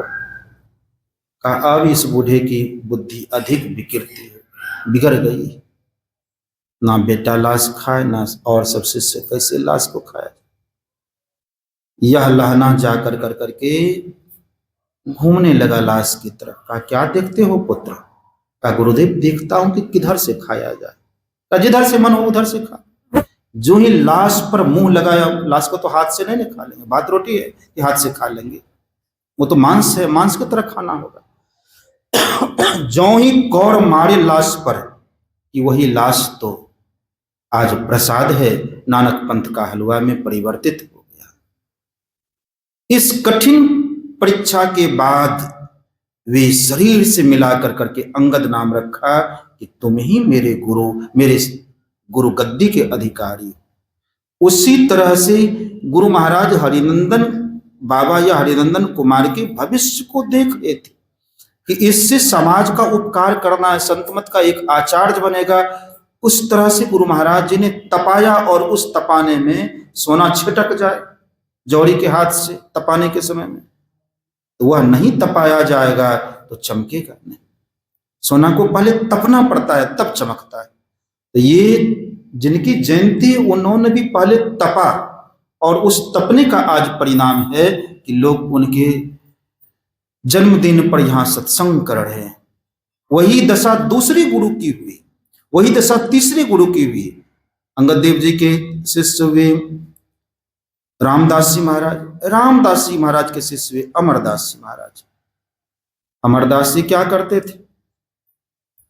उल्टे पांव, गुरु का घर है इधर, यह मूर्ति है गुरु महाराज की, जहां गुरु महाराज का कक्ष था उससे नदी मान ले किसी दिशा की हो तो उल्टे पैर ऐसे घूम कर करके नदी नहीं जाते थे। हम लोग यहां से चलेंगे तो रोड पर पीठ दिखाएंगे ना आश्रम को, तो वे आश्रम को गुरु महाराज जहां ठहरते थे उसको पीठ नहीं दिखाते थे, उनकी ऐसी भक्ति थी। उल्टे पैर चले जाते थे नदी, उल्टे चलते हुए नदी पहुंच जाते थे घड़ा लेकर करके। कितने बजे? 3 बजे रात में प्रतिदिन। और वहां से घड़ा में, एक घड़ा माथे पर एक घड़ा गोद में पानी ला कर करके, ठंडी का दिन हो तो उस समय गैस नहीं था कि पूरा जला दे, आग जला कर करके गर्म करते थे, कुल्ला आचमन करवाते थे, सेवा करते थे, स्नान कराते थे, कपड़ा धोते थे। घनघोर बारिश का दिन था, अमावस्या की रात, आंख को हाथ नहीं सूझे, मूसलधार बारिश, शरीर पर चोट लगे ऐसी बारिश। लेकिन अमरदास जी महाराज घड़ा लिए उल्टे पैर, पैर को किसी तरह रखते हुए कि पैर फिसल ना जाए, पहुंच गए नदी में पानी भरे। और फिर जब आ रहे थे, एक घड़ा माथा पर एक घड़ा गोद में, अब पैर कैसे रखें? अपने शरीर का चोट नहीं, गुरु का जल नीचे नहीं गिरे, और नीचे में भी गुरु का जल धरती पर ना रखें, उनका नियम था। जल लेकर के आ रहे थे, बहुत संभलते संभलते संभलते संभलते जब आश्रम पहुंचने वाले थे, पैर नहीं संभल पाया, फिसल गया, गिर पड़े, धराम से उठा घड़ा। और पड़ोसी जो थे उनका घर वहीं बाहर में ही गुहाल तरह का घर, पति पत्नी सोई हुई थी। पति कहता है कि देखो कोई बरसात में गिर गया फिसल कर। पत्नी कहती है कौन होगा? बेचारा वही अमरू होगा। अमरदास जी महाराज गुरु के लिए पानी लाने के लिए गया होगा, उसके मुंह से निकल गया यह बात। अमरदास जी महाराज फिर गए नदी, जल लेकर के आए, गुरु की सेवा की। जब सत्संग आरंभ हुआ, अंतर्यामी गुरुदेव क्या कहते हैं रामदास जी महाराज, थोड़ा आज सत्संग में पड़ोसी को भी बुला लीजिए। दोनों धर्मपत्नी को बुला लिया गया और अमरदास जी महाराज ने सबों से पूछा, रात में जब ये पानी लेकर आ रहे थे हमारे पुत्र अमरू, तो किसने कहा था बेचारा अमरू होगा? औरत ने हाथ जोड़ करके कहा, महाराज हमारे ही मुंह से इनके ऊपर दया आ गया और निकल गया। कहा तुमने कहा मेरा बेटा अमरू को कि बेचारा? यह बेचारा नहीं है, यह संसार भर के बेचारों का आंसू पोंछने वाला, सिरताज लेने वाला यह गुरु है। और उसी समय छाती में लगाया, अपने छाती में, उनकी सूरत सचखंड पहुंच गए। यह है गुरु सेवा का परिणाम। साजो भाई ने कहा गुरु सेवा, चरणदास जी महाराज ने कहा है हरि सेवा कृत 100 बरस। जो भगवान की पूजा करते हैं जहां तहां जो कुछ 100 बरस, गुरु सेवा पल 4 पल कोई गुरु की सेवा कर ले तो भी नहीं बराबरी, वेदन किया विचार। वेदों ने ऐसा विचार करके कहा, जो समर्थ गुरु के सेवक होते हैं उनकी इतनी ही प्रशंसा नहीं होती। आज जितने इतिहास को देख रहे हैं, उनका त्याग, तपस्या, जिनका भी आनंद का, सारिपुत्र का, मौदगल्याण का, अमरदास महाराज का, मंच की परीक्षा तो हृदय को हिला देगा। ऐसा शिष्य मंझ हुआ गुरु का। मन होता है सुना दो, लेकिन समय कहता है नहीं सुनाओ। कितने इतिहास भरे पड़े। मंझ को की परीक्षा के लिए गुरु महाराज गिरस्त वक्त चिट्ठी भेजते, 2 चिट्ठी भेजते हैं। मंझ अपनी बेटी को दांव पर लगा कर करके, उच्च जाति के मंझ थे और नीच जाति के लोग, एक चौधरी परिवार के लोग उनकी बेटी से शादी करना चाहता था। उस समय जाति प्रथा थी, लेकिन उसको कहा कि तुम हमको संपत्ति दे दो, धन दे दो, इतना 25 रुपए, हम वचन देते कि हम अपनी बेटी की शादी तुम्हारे बेटा से करेंगे। चिट्ठी ले ली और वह चिट्ठी हम आप हैं, हम आप नहीं। उस चिट्ठी को गुरु समझ कर करके कभी प्रणाम करे, नतमस्तक करे। फिर भेजा चिट्ठी। इस चिट्ठी का कीमत इस बार 50 रुपए है, मंझ 50 रुपए देगा तब चिट्ठी देना। मंझ ने पत्नी का सब जेवर बेच दिया, घर बेच दिया। गुरु ने आज्ञा दी मंझ को आश्रम में आकर सेवा करेगा। मंझ चले गए आश्रम में सेवा करने लगे। गुरु महाराज पूछते हैं कि मंझ तुम्हारा जीवन कैसे चलता है? सेवा करते हो तो, काम नहीं करते हो तो कैसे चलता? तो गुरुदेव लंगर में ही खा लेता हूं। यह कौन सेवा हुई मंझ? खा करके सेवा करना सेवा हुआ? जब अपना नहीं खाते हो तो तुम्हारी सेवा थोड़ी थी। तो तुम सेवा का बदला ले लेते हो, तो सेवा कैसे हुआ? मंझ लंगर का खाना छोड़ दिया। क्या करते थे? गाय चराने के लिए जब जाए, कोई बछड़ा दूध पीने लगे, वही गाय का दूध पी कर करके जीवन काटने लगा मंझ। गुरु महाराज अंतर्यामी बनाना था, ऊंचा कराना था। गुरु महाराज कहते हैं मंझ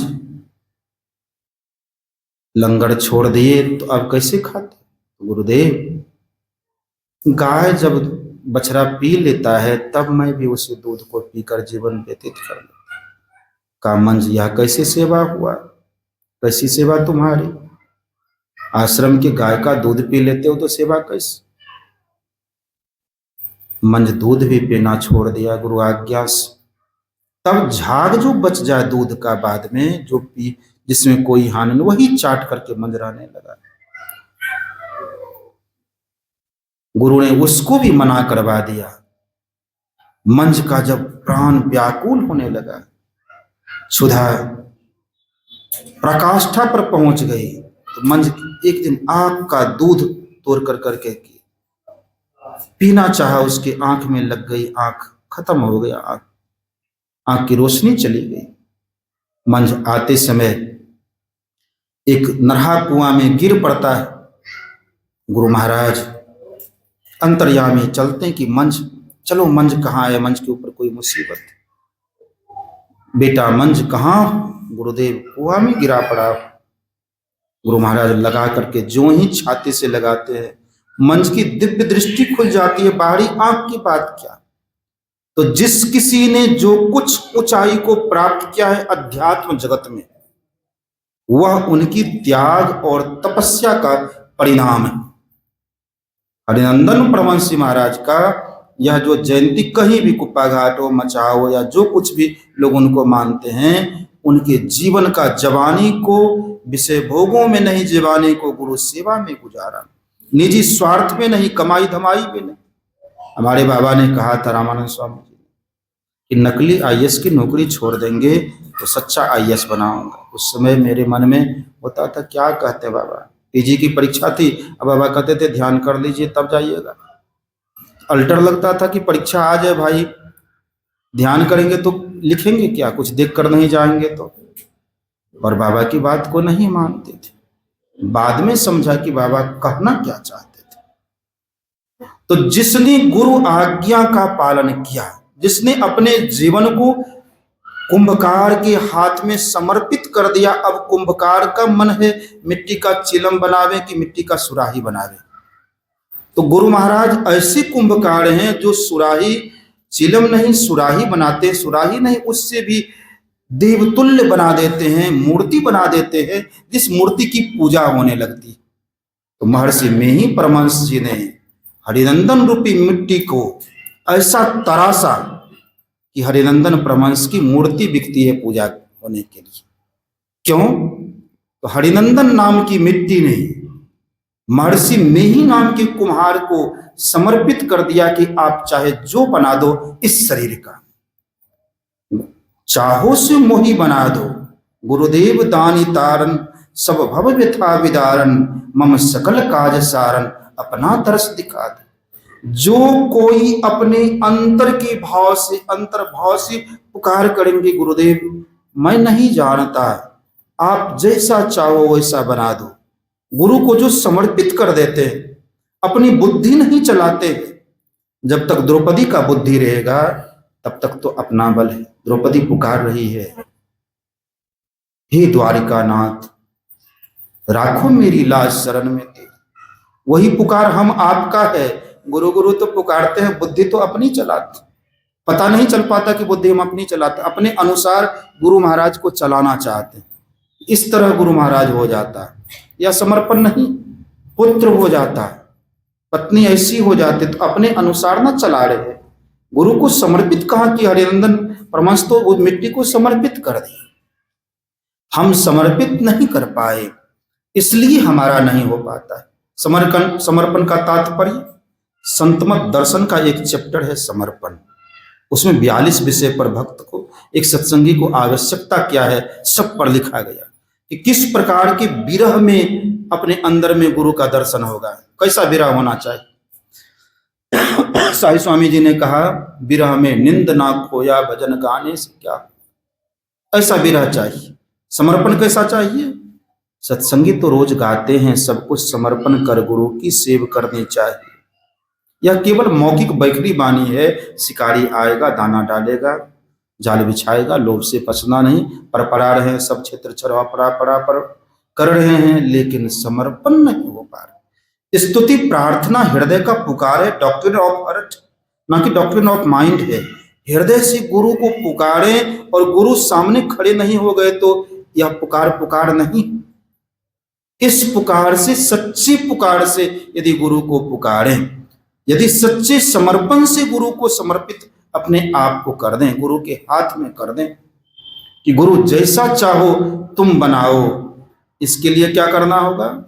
निज बुद्धि बल को कछु ना भरोसा, गुरु तुम आस ना आन, सदगुरु हो दयालु जी। यह केवल बकने से भी नहीं, यह हृदय से निकले, यह प्रार्थना, हे गुरु महाराज मेरी निज बुद्धि का भरोसा, आपके अलावा मेरा इस दीन का, इस दुखी का, इस अबला का सहारा कौन हो सकता है। द्रौपदी पुकार तो रही है, लेकिन द्वारिका नाथ कहकर पुकार रही। कुप्पा घाट वाले गुरु महाराज को बुलाएंगे तो गुरु महाराज किसी गाड़ी से आएंगे तो देरी हो जाएगा, और हृदय वाले, आज्ञा चक्र वाले गुरु महाराज को बुलाएंगे तो वे तुरंत प्रकट हो जाएंगे। मूर्ति गुरु की गुरु महाराज को बुलाएंगे तब तो आश्रम आना होगा। ये नागेश चौधरी महर्षि में ही चरित लिखे हैं, गुरु महाराज के अनन्य भक्त थे। इलाहाबाद कुंभ में आए, देवराहा बाबा का दर्शन किया। देवराहा बाबा ने क्रम में पूछा कि किनके शिष्य हो? कहा महर्षि में ही परमहंस। महर्षि जी कहाँ रहते हैं जी? कहा हजूर कुप्पा घाट में रहते। देवराहा बाबा ने क्या कहा? नहीं जी, महर्षि जी सबकी सुषुम्ना घाट में रहते हैं। तो जब गुरु महाराज को सुषुम्ना घाट में बिठा लेंगे तब अब गुरु की हम हो जाएंगे, और जब तक गुरु महाराज बाहर की घाट में रहेंगे, सुषुम्ना घाट में वासना रहेगा, काम क्रोध रहेगा, लोभ मोह रहेगा, अहंकार रहेगा, चिड़ ईर्ष्या द्वेष रहेगा, तो गुरु का स्थान वहां है ही नहीं कि गुरु आकर करके वहां वास करेंगे। तो सुषुम्ना सूली ऊपर सेज हमारी, शोभन किस विधि हो। मीराबाई कहती है, सूली ऊपर सेज हमारी, शोभन किस विधि। महल में सेज पिया का मिलना किस विधि हो। सूली मतलब जो चीज हम आपको चाहिए, प्रिय लगता है, वह मीराबाई को सूली लगता है। इस सूली से जब हम आप उठेंगे, हमको भी सूली लगने लगेगा। विधवा मीरा क्या कहती, मीरा ऐसे आज पूजनीय हुई है, मीरा का त्याग देखिए। ऐसा त्यागी नारी पृथ्वी पर हो जाए तो आज अंदर में प्रकट हो जाएगा। मेरा क्या कहती है? रविदास जी महाराज उनके गुरु थे। कहा, गुरुदेव आपकी यदि कृपा हो जाती, शारीरिक पति से छुट्टी मिल जाती तो मैं निश्चिंत होकर भक्ति करती। अब बताइए, और गुरु कृपा कर दिए, राजा भोज की मृत्यु हो गई, मेरा स्वतंत्र हो गई। जिसने परमात्मा भक्ति के लिए पति की मौत को मांगा, यह व्यवधान भक्ति नहीं होने देता, इनकी मृत्यु हो जाती तो मैं स्वतंत्र होकर के भक्ति करती। और हम आप क्या कहते हैं? हम आपके पति, हमारे पास मत पूछिए। कोरोना के समय में अब खुला भी रखते थे दया आने के कारण, उस समय में अधिक देर तक मोबाइल खुला रहे। बाबा बेटी के दामाद 75% खा गए फेफड़ा, एम्स में भर्ती, ऐसा ऐसा हमेशा फोन आ गया। वह दामाद को बचाने के लिए लगी हुई है और मेरा भाई पति को खोने के लिए लगी हुई। दोनों जगह यहाँ त्याग है और वहां मोह बंधन। कितने लोगों का करते हैं गुरु महाराज। एक दिन एक व्यक्ति का फोन आया, उसी महीना में बेटी का विवाह किया था मेरठ में। बाबा कोई अब आसरा नहीं। मैंने कहा क्या किया जाए? भगीरथ बाबा को रात में ही फोन से के अपने कमरा के रात में जाएंगे, ठीक नहीं रहेगा, नाथों को उठाए, बाबा को कहिए कि मेरे वास्ते, एक व्यक्ति के वास्ते थोड़ा देर बैठ जाने के लिए। हम भी गुफा जा करके बैठ गए। पंकजा के बाबा आज का ध्यान उसी के लिए कीजिए। हम अपनी माँ को फोन किया, माता जी फलाने का सौभाग्य के दुल्हा का यह हाल है, उसी के लिए ध्यान कीजिए। गुरु कृपा से 95% खाया हुआ फेफड़ा वह व्यक्ति बच पाया। मान ले वह व्यक्ति बच गया तो क्या कदापि मरेगा नहीं? उसको मरना है। उसी जगह यदि भक्ति मांग ले तो सुहाग अमर हो जाएगा। मीरा ने भक्ति मांग लिया।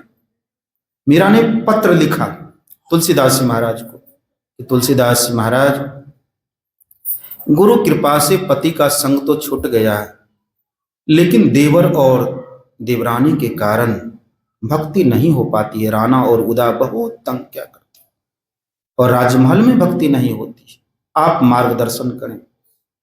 तुलसीदास जी ने लिखा, जाको प्रिय ना राम वैदेही। सुन रहे हैं बात को? अमल हो रहा है, कह रहे हैं जो सत्संग में व्यावधान करे उसको पटक के फोड़ दीजिए इसको।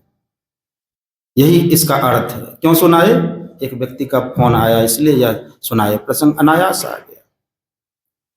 तुलसीदास ने कहा, जाको प्रिय न राम वैदेही, तजिए कोटि बैरी सम यद्यपि परम स्नेही।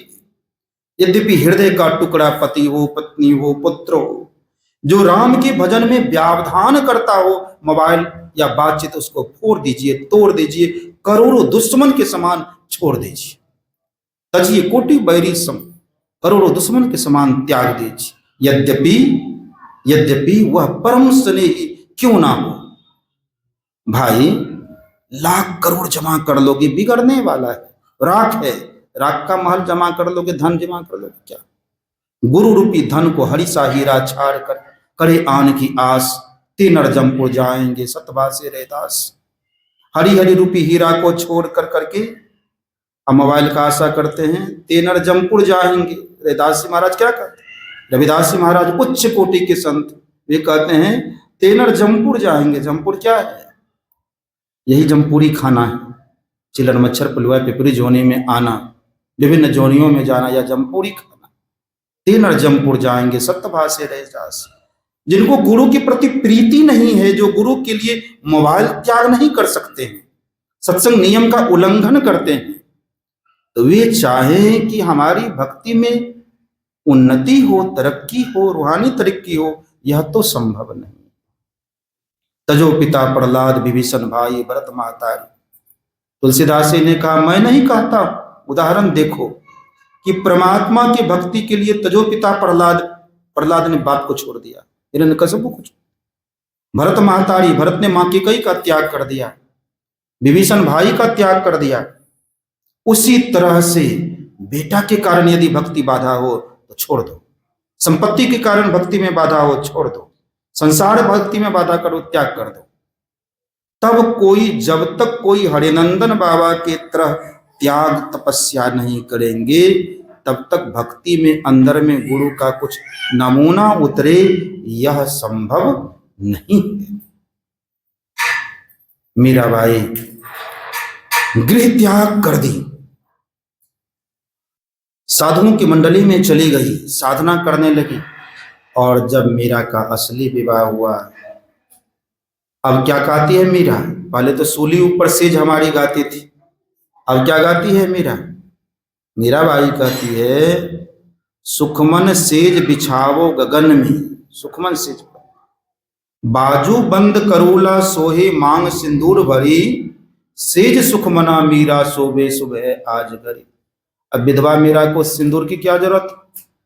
आत्मिक शरीर पर, मीरा के शरीर पर परमात्मा का प्रकाश रूपी सुहाग शोभता है। सुखमन के सेज पर मीरा सोती हैं, आनंद की घड़ी है मीरा के लिए आज। तो मीराबाई का त्याग तपस्या, आज मीरा जयंती सुबह सुनाए थे कि मीरा की जयंती मनाई जाती है, ब्रजरज महोत्सव में मीरा की जयंती मनाई जाती है, प्रधानमंत्री भाग लेते हैं उसमें। इस तरह से जब हम आपका भी समर्पण होगा, समर्पण सुना रहे थे, कैसा समर्पण? जब दुशासन ने झपट्टा मारा, पहले कौन आसरा था? द्रौपदी को जब बाल पकड़ कर करके दुशासन ने लाया है भरी सभा में, द्रौपदी को अहंकार था। किसका? जिसके पति के हाथ में गांडीव हो उसका कौन बाल बांका कर लेगा? जिसका पति 1000 भुजा वाला भीम जैसा शक्तिशाली हो उसका कौन बाल बांका कर लेगा? जिसके पति धर्मराज हो उसके सामने, उस धर्मराज के सामने अधर्म का काम कौन कर सकता है?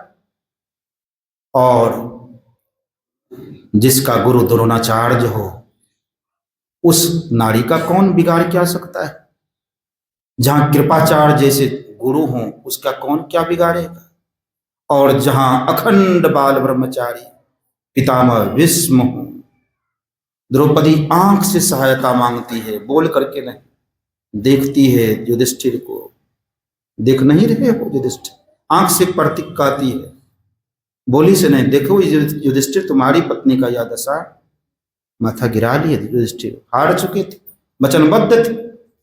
अर्जुन को कहा गांडीव, अर्जुन भी मस्तक झुका लिया। भीम को कहा आंख की भाषा में, नजर की भाषा में, भीम द्रौपदी है नहीं देख रहे हो? भीम मस्तक झुका लिया। नकुल सहदेव, आसरा टूट गया पति से, देखा कोई सहारा। हम आप जो केवल गाते हैं मेरा कोई ना सहारा गुरु तेरे, या हम केवल बैखरी बानी, वहां घटना घट रही है, सच्ची घटना है। वहां नजर उठाती है पितामह भीष्म। पितामह वे सब महारथी थे, समझने वाले थे आंख की भाषा को। पितामह मस्तक झुका लिए। विदुर तो राज्य को खाली कर दी, उसी समय चले गए। एक विदुर ही था जो अपने सामने इस बेइज्जती को नहीं देखा। कृपाचार्य मोड़ी गिरा लिए, द्रोणाचार्य मोड़ी गिरा लिए। द्रौपदी देखती है कि देख लिया संसार को प्रभु, संसार की तो सहायता नहीं मिल पाई। जब लोग संसार से हार जाते तब गुरु परमात्मा को पुकारते, प्रभु अब आपको देखना है कि आप क्या करते हो। द्वारिका नाथ राखो मेरी लाज शरण। परमात्मा सोचते हैं कि विपत्ति में तो है और पुकार भी रही है, लेकिन पुकार सही नहीं।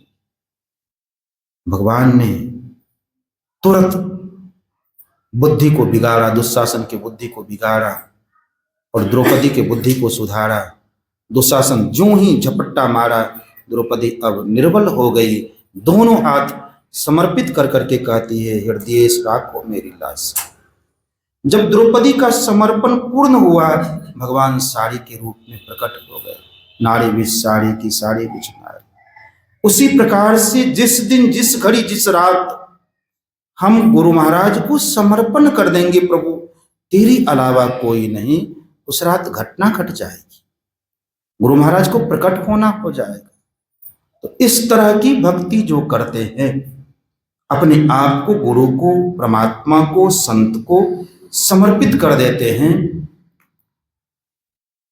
वे परमात्मा के हो जाते और परमात्मा की तरह उनकी पूजा होने लग जाती है। तो यही कारण है कि ये वर्तमान आचार्य ने अपने आप को एक अखंड विश्व ब्रह्मांड के नायक, जो मेहिदास रूप में अवतरित हुए थे, उनको अपना जीवन दान कर दिया, समर्पित कर दिया मिट्टी को, कि गुरु चाहो जैसा चाहो वैसा बना दो। जिनके प्रसंग का पाठ हुआ, माता सबरी के जीवन को देखें। माता सबरी ने पूर्व जन्म में कहा, गुरुदेव आपकी भक्ति के लिए मेरा यह राजकुमारी वाला शरीर छूट जाए, मैं ऐसी जाति में जन्म लूं जिस जाति को कोई नहीं पूछता, लोग थूक फेंकते हैं, चलने नहीं देते हैं, मेरे ऊपर कोई आकर्षित नहीं हो, नीच जाति में जन्म लूं। हम आप क्या कहते हैं, दुर्गा सप्तशती में यह भी पाठ था, रूपंग देही, सब चीज यशंग देही, जसो देही, मतलब हम आप रूप, यौवन, बल, धन मांगते हैं।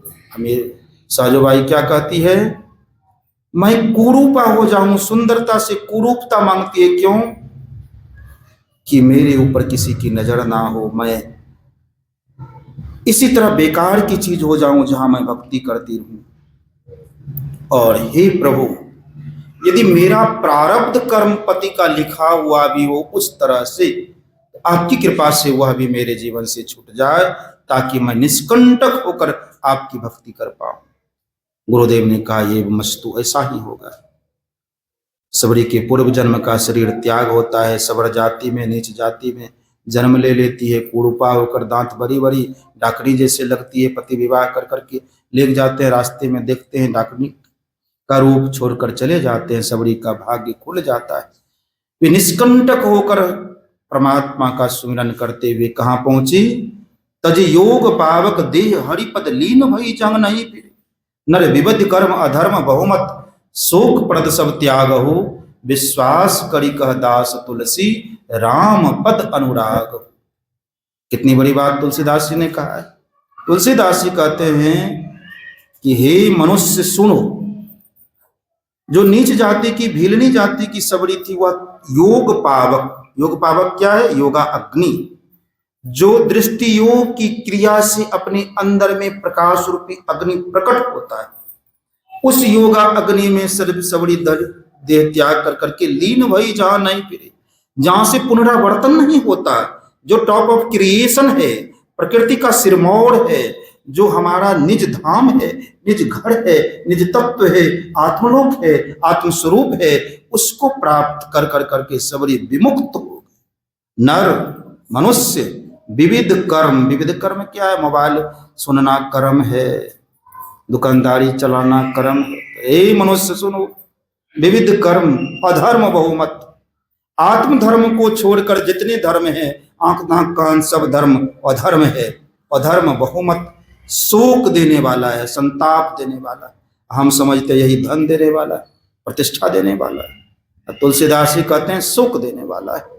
जितने अधर्म हैं, इंद्रिय धर्म हैं, शोक प्रद सब त्याग हुए, सुख देने वाले, उसको त्याग दो। तो क्या करो त्याग कर करके, विश्वास करी कह दास तुलसी, विश्वास पूर्वक हे तुलसी संसार के, राम पद अनुराग। राम का पद क्या है, आंख बंद करने पर जो अंधकार दिखाई पड़ता है, उसमें ठीक सामने का अंधकार 1 पॉइंटनेस, एक बिंदुता प्राप्त हो जाए, तो वह राम का पद है। उसमें अनुराग करो, प्रीति करो, लगन लगा दो, तब क्या होगा, सबरी बन जाओगे, टॉप ऑफ क्रिएशन हो जाओगे, सिरमौर हो जाएंगे, हमसे बड़ा कोई नहीं रहेगा। इस तरह की भक्ति हम आपको करनी होगी।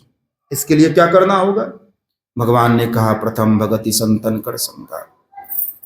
इस भक्ति के लिए पहले, सबसे पहले जो संत हैं, संत का मिलना तो कठिन है, लेकिन उनकी वाणी है, सत्संग है, तो उसका संग करें। उससे क्या होगा? संत के दर्शन से, संत के संसर्ग से, उनकी आभा से, उनके ओज से, उनके तेज से, उनके प्रभाव से हमारे अंतःकरण का विकार दूर होगा, अंतःकरण स्वच्छ होगा, मलिन हृदय पवित्र होगा। यह है संत संगति का प्रभाव। मन के विकार धुलेंगे। दूसरी रति मम कथा प्रसंगा, या दूसरी भक्ति। जबरन विद्यार्थी लोग सत्संग रख लिए, हम दृढ़ थे कि जाना ही है रात में, लेकिन ड्यू यहाँ जो 2-3 विद्यार्थी, अमित कुमार, ये और इन तीनों के कारण, और एक युवक और रात में आ गया, 2:30 बजे से बैठा था मिलने की। उनकी अंतरात्मा की पुकार यहां रोक कर करके रखा तो क्या हुआ?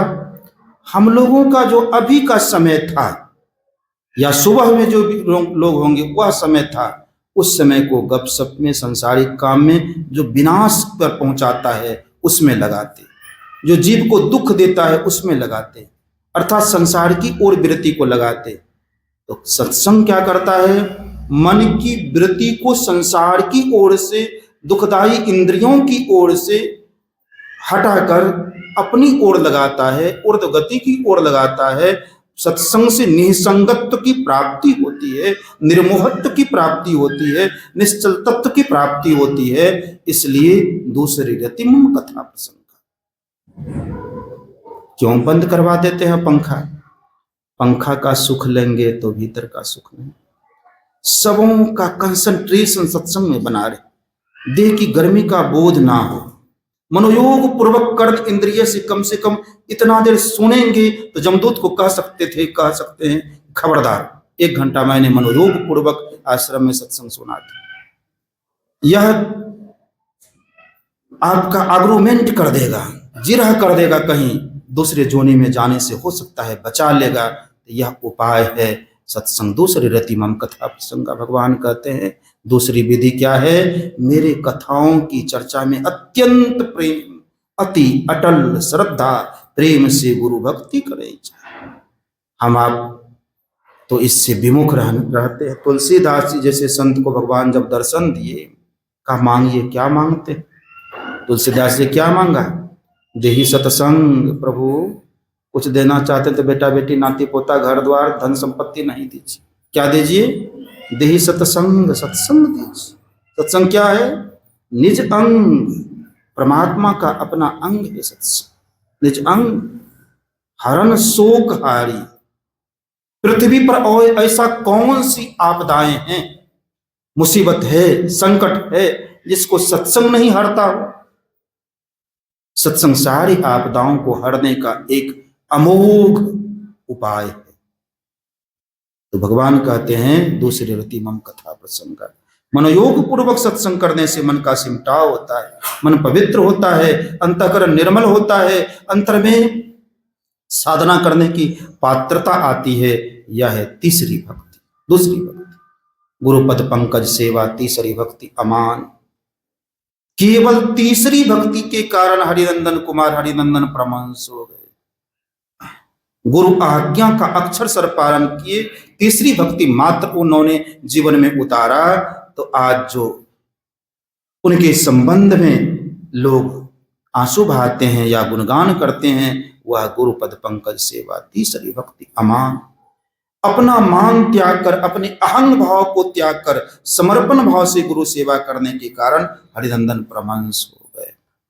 तो यह तीसरी भक्ति गुरु आज्ञा का पालन। गुरु आज्ञा क्या है? पंच पापों से बचकर रहना और अपनी कल्याण के लिए अंतर साधन करना। यह तीसरी भक्ति। चौथी भक्ति मम गुणगान करई कपट तजिगान। कपट छोड़कर गुणगान क्या करना है? जो मुख से निकले वह अंतर आत्मा की भावना हो। प्रेम भक्ति गुरु दीजिए, डॉक्ट्रिन ऑफ हार्ट हो, हृदय की पुकार हो, ही गुरु महाराज प्रेम भक्ति गुरु दीजिए। यह है चौथी भक्ति। मेरे गुणों का गान करना, संत के गुणों का गान करना, कैसे ही मनोयोग पूर्वक हृदय से कि पुकार से यदि परमात्मा का गुणगान करते हैं, संत का गुणगान करते हैं, गुरु का गुणगान करते हैं, गुरु का प्रार्थना करते हैं, गुरु से मांगते हैं, तो मन का सिमटाव होता है, मन स्वच्छ होता है, मन निर्मल होता है, मन ऊर्ध्व गति को प्राप्त होता है। चौथी भक्ति में ही भाव समाधि लग जाती है। यह है चौथी भक्ति, मन के सिमटाव का प्रमुख कारण। मंत्र जाप मम दृढ़ विश्वासा, पंचम भजन सो वेद प्रकाशा। मेरे मंत्रों का जो जप है, जिसे वेदों ने कहा है, मेरे मंत्र मतलब गुरु परमात्मा हैं। गुरु कहने पर सभी देवी देवता का नाम आता है। दादो सिरजनहार के केते नाम अनंत, चित्त भावे सो लीजिए जो सुमिरे साधो संत। जो गुरु बता दिए उस गुरु मंत्र को हे राम हे राम हे राम हे राम हे राम, गुरु से मांगना, गुरु का निहोरा करना, गुरु से के तख्त तक अपने भाव को पहुंचा देना। एक दिन कोई सरल नम्र समर्पण होकर कर करके राजेंद्र बाबू को कहें सुबह से, राजेंद्र बाबू राजेंद्र बाबू, 2 दिन तक खूब कहते रहे 10 टका के लिए, तो इतने निष्ठुर हैं कि 10 रुपया नहीं देंगे। उसी तरह से गुरु महाराज को हे राम जो मंत्र है हृदय से कहें, तो गुरु महाराज इतने निष्ठुर हैं कि हमारी पुकार को नहीं सुने। हमारी बोली बोलती है जो मंत्र है, हम कहाँ बोल पाते हैं। हम तो प्रत्यक्ष सहरसा की घटना सुनाते हैं लोगों को। राधे श्याम बाबा थे, वाचिक जप करते हुए 2 दिन बिता, उनके संपूर्ण शरीर से आवाज निकलने लगा। तो हम भी आर्त भाव से गुरु को पुकारेंगे, यह है 5वीं भक्ति, तो मन का सिमटाव होगा। आवे दर्द राह तो हिलावे, तब पाई हो निज ठौर। कवि साहब कहते हैं निहोरा करो, हे राम हे राम हे राम, हृदय से पुकार करें तो गुरु सुनेंगे। छठ दम शील विरति बहु कर्मा, निरत निरंतर सज्जन धर्मा। छठी भक्ति है इंद्रियों का दमन, संपूर्ण शरीर से सूरत चैतन्य वृत्ति को हटाकर गुरु के चरण में आरोपित कर देना, समर्पित कर देना। 1 पॉइंटनेस पर, एक बिंदुता पर अपने आप को रख देना। शरीर टूट जाए कि फूट जाए कि बैठा रहे कि गर्मी लगे, इसका बोध नहीं होना, यह है इंद्रियों का दमन। जो ऐसा करेंगे उनके जीवन में दुख दरिद्रता नहीं आएगी। वे जीते जी इसी जीवन काल में अंतः प्रकाश को प्राप्त करेंगे, जीवन धन्य होगा, दुख से बचेंगे। 5:30 बजने वाले हैं। गुरु महाराज जी की कृपा से बाबा के जयंती पर आज का यह सत्संग हुआ। देखिए भाई, जो सिमट जाते हैं उनको शरीर से मतलब नहीं रहता है, बाहरी स्वास्थ्य से मतलब नहीं रहता है। स्वास्थ्य की परिभाषा, आध्यात्मिक परिभाषा है स्व में स्थित हो जाना स्वास्थ्य है। शरीर को चाहे पाइप लगा दें कि जर्जर हो जाए तो वह स्वास्थ्य। तो उनके लिए स्वास्थ्य की कामना क्या करें। सदगुरु महाराज से प्रार्थना करते हैं, हम आपको उनकी पावन जयंती पर जो सत्संग हुआ, गुरु महाराज हम लोगों को भी उन्हीं की तरह भक्ति दें, उन्हीं की तरह समर्पण दें, उन्हीं की तरह सेवा का विचार हमारे अंदर में आवे।